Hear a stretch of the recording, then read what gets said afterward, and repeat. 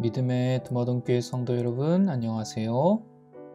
하나님의 말씀으로 여는 이 아침, 주님의 크신 은혜가 성도님들과 함께 하시기를 간절히 바랍니다. 저는 오늘 성도님들과 함께 사기교과 5과 사마리아인의 증언의 내용을 가지고 함께 하나님의 말씀을 은혜를 나누고자 합니다.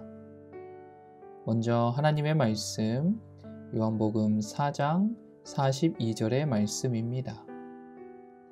그 여자에게 말하되 이제 우리가 믿는 것은 내 말로 인함이 아니니 이는 우리가 친히 듣고 그가 참으로 세상의 구주이신 줄 알미라 하였더라. 이번 주 함께 살펴볼 말씀의 내용은 예수님께서 사마리아에 가셔서 한 여인을 만나시며 겪게 되는 내용들을 다루고 있는데요. 사마리아는 어떤 배경을 가지고 있는 곳일까요? 북방 이스라엘이 BC 722년에 아시리아에 의해 포로로 잡혀갔을 때 아시리아는 정치적 안정을 위해 포로들을 제국 전역으로 분산시키게 됩니다.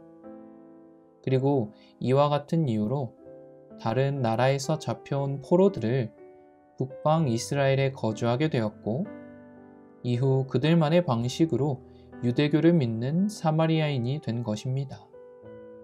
그런데 그 당시에는 사마리아인들과 유대인들의 사이는 별로 좋지 못했습니다.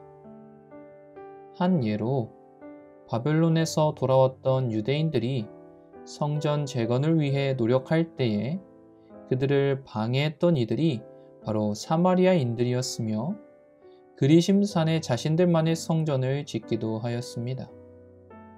결국 예수님 당시에도 이러한 적대감 속에 사마리아인과 유대인들은 서로를 가능한 한 피하였으며 상거래는 유지했을지 모르지만 다른 교류는 철저히 금기시하게 되었습니다. 유대인들은 사마리아인들에게서 그 어떤 호의도 구하거나 받지 않는 것입니다. 그러나 유대인들 중에서도 유일한 한 분, 예수님께서는 사마리아 여인에게 다가가셨으며 그녀의 마을을 방문하셨는데요. 그렇다면 여러분, 이런 시대적 배경 가운데서도 예수님께서는 어떤 이유로 사마리아를 방문하시게 되신 것일까요? 일요일 소지 만남의 배경에 보면 예수님께서 지나가신 그 배경에 대해 설명해 주고 있는데요. 요한복음 4장 1절로 4절의 말씀입니다. 예수의 제자를 삼고 침례를 주는 것이 요한보다 많다 하는 말을 바리새인들이 들은 줄을 주께서 아신지라. 예수께서 친히 침례를 주신 것이 아니요 제자들이 준 것이라. 유대를 떠나사 다시 갈릴리로 가실새 사마리아로 통행하여야 하겠는지라. 본문에서도 말하고 있지만 예수님께서 공생애를 시작하시면서 이적을 베푸시며 복음을 전하시고 이 제자들을 통하여 많은 사람에게 침례를 베풀어 주십니다. 그런데 여기서 민감한 문제가 발생하는데요. 어느샌가부터 예수님의 제자들이 주는 침례가 침례 요한의 제자들이 주는 침례보다 더 많아졌다라는 것입니다. 그 사실을 알고 있었던 바리새인들은 예수님과 침례 요한의 사이를 이간질하려고 들었고, 침례 요한의 제자들 역시 스승의 명성과 지위를 위해 이 문제를 두고 침례 요한에게 질문하기도 했습니다. 이러한 이유들로 인해 예수님께서는 이 모든 상황들과 그 충돌을 피하기 위해 유대를 떠나 갈릴리로 가신 것이었습니다. 그런데 보통 유대를 떠나 갈릴리로 갈 때에는 대부분의 유대인들은 사마리아를 거치는 것을 싫어했으며 이 베레아를 지나 동쪽으로 돌아가는 아주 먼 길을 택하는 것이 보통이었습니다. 하지만 예수님께서는 사마리아로 발걸음을 향하시는데요. 요한복음 4장 5절로 9절의 말씀입니다. 사마리아에 있는 수가라는 동네에 이르시니 야곱이 그 아들 요셉에게 준 땅이 가깝고 거기 또 야곱의 우물이 있더라. 예수께서 행로에 권하여 우물 곁에 그대로 앉으시니 때가 제6시쯤 되었더라. 사마리아 여자 하나가 물을 길러 왔음에 예수께서 물을 좀 달라 하시니 이는 제자들이 먹을 것을 사러 동네에 들어갔음이러라. 사마리아 여자가 가로되 당신은 유대인으로서 어찌하여 사마리아 여자인 나에게 물을 달라 하나이까? 아니 이는 유대인이 사마리아인과 상종치 아니함이로라. 어쩌면 자신들의 땅에 들어온 이방 민족들로서 예루살렘 성벽과 성전을 짓는데 방해하고 그래서 시작된 어떤 민족적인 불화와 적대감 가운데서도 예수님께서는 정말로 한 영혼을 위하여 기꺼이 사마리아로 향하는 것입니다. 그리고 우물가에 앉아 그 여인을 기다리십니다. 사마리아 여자가 우물가로 나온 때는 제6시쯤 되는 대낮의 시간이었습니다. 당시 대부분의 여인들은 날씨가 선선한 새벽이나 저녁에 물을 뜨러왔던 것을 생각해 볼 때 그녀의 삶은 다른 사람들이 보기에도 떳떳하지 못한 삶을 살아가고 있었음을 알게 됩니다.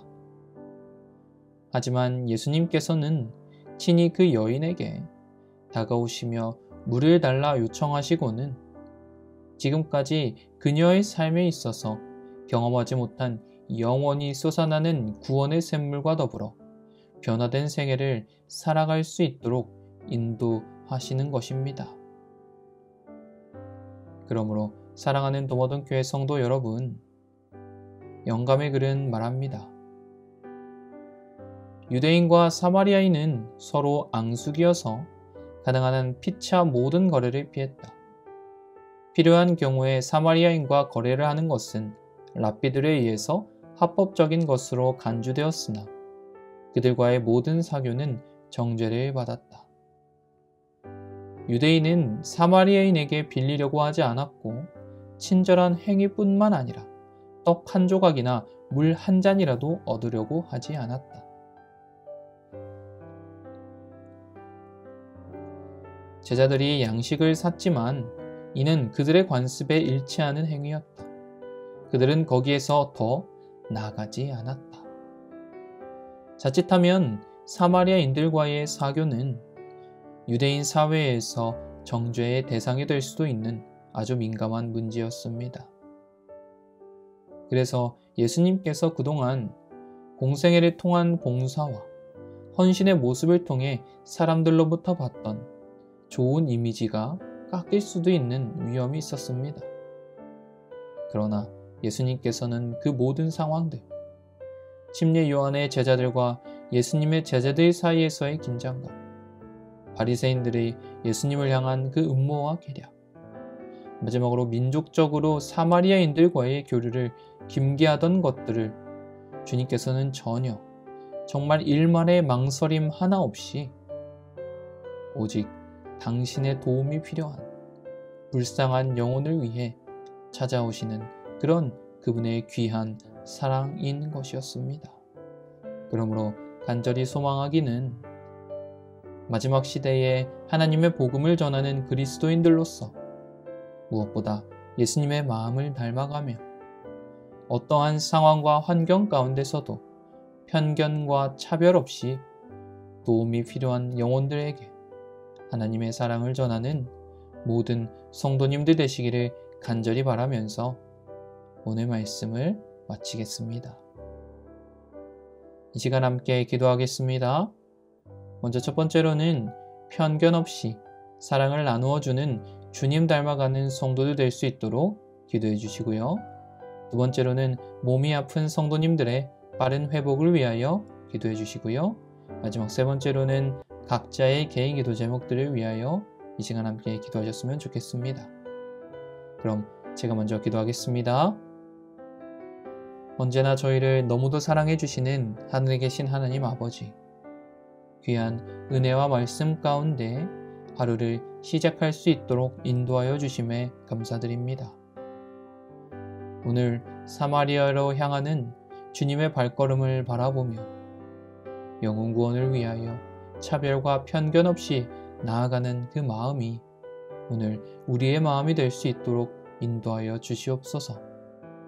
그리하여 하나님의 복음을 전하는 데 있어서 전심으로 나아가며 그 사랑을 전하고 많은 영혼들로 하여금 주님께로 돌아올 수 있도록 힘써 일하는 백성들 될 수 있도록 함께하여 주시옵소서. 특별히 도드모동 교회의 주님의 자녀들이 건강이 좋지 못하고 육신으로 지쳐 있사오니 치유의 손길을 주님 허락하여 주셔서 회복시키시고 다시 한번 교회로 발걸음을 인도하여 주시옵소서. 마지막으로 주님 앞에 놓인 각자의 기도 제목들이 있사오니 주님 기억하여 주셔서 주님께서 뜻하시는 때에 이루어 주사 모든 것이 주님의 주관 아래에 있음을 다시 한번 기억할 수 있도록 함께하여 주시옵소서. 오늘 하루도 주님의 은혜 가운데 평안할 수 있도록 함께하여 주시옵기만을 사랑이 많으신 예수님의 이름으로 간절히 기도드립니다. 아멘. 감사합니다. 오늘도 주님 은혜 가운데 평안하고 행복한 하루 보내시길 바랍니다.